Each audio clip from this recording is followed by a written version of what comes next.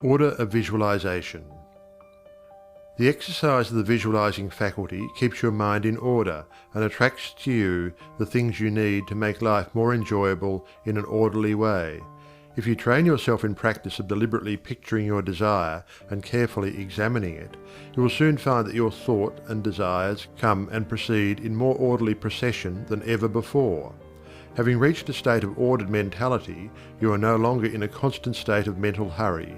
Hurry is fear, and consequently destructive. In other words, when your understanding grasps the power to visualize your heart's desire and hold it with your will, it attracts to you all things requisite to the fulfillment of that picture by the harmonious vibrations of the law of attraction. You realize that since order is heaven's first law, and visualization places things in their natural element, then it must be a heavenly thing to visualize. Everyone visualizes, whether they know it or not. Visualizing is the great secret of success. The conscious use of this great power attracts to you greatly multiplied resources, intensifies your wisdom, and enables you to make use of advantages which you formerly failed to recognize. We now fly through the air, not because anyone has been able to change the laws of nature, but because the inventor of the flying machine learned how to apply nature's laws, and by making orderly use of them produced the desired result. So far as natural forces are concerned, nothing has changed since the beginning. There were no airplanes in the year one, because those of that generation could not conceive the idea as a practical working possibility. It has not yet been done, was the argument, and it cannot be done. Yet the laws and materials for practical flying machines existed then as now. Troward tells us that the great lesson he learned from the airplane and wireless telegraphy is the triumph of principle over precedent, and the working of an idea to its logical conclusion in spite of accumulated testimony of all past experience. With such an example before you, can you not realize that still greater secrets may be disclosed? Also, that you hold the key within yourself with which to unlock the secret chamber that contains your heart's desire.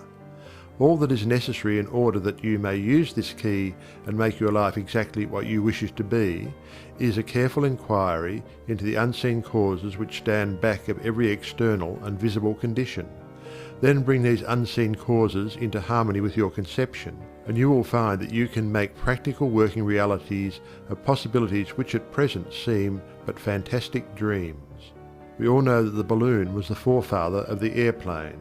In 1766, Henry Cavendish, an English nobleman, proved that hydrogen gas was 7 times lighter than atmospheric air.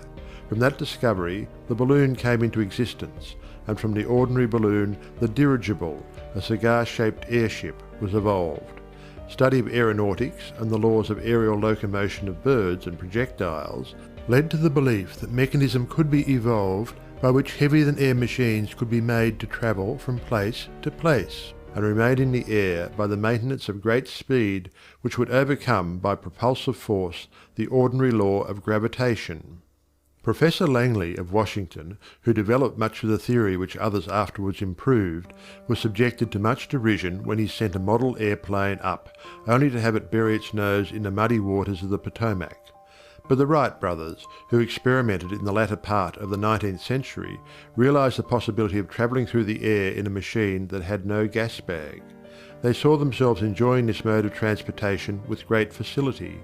It is said that one of the brothers would tell the other, when their varied experiments did not turn out as they expected, "It's all right, brother, I can see myself riding in that machine, and it travels easily and steadily." Those Wright brothers knew what they wanted, and kept their pictures constantly before them. In visualizing, or making a mental picture, you are not endeavoring to change the laws of nature. You are fulfilling them. Your object in visualizing is to bring things into regular order both mentally and physically. When you realize that this method of employing the creative power brings your desires, one after another, into practical material accomplishment, your confidence in a mysterious but unfailing law of attraction, which has its central power station in the very heart of your word picture, becomes supreme. Nothing can shake it. You never feel that it is necessary to take anything from anybody else. You have learned that asking and seeking have receiving and finding as their correlatives. you know that all you have to do is to start the plastic substance of the universe flowing into the thought molds your picture desire provides.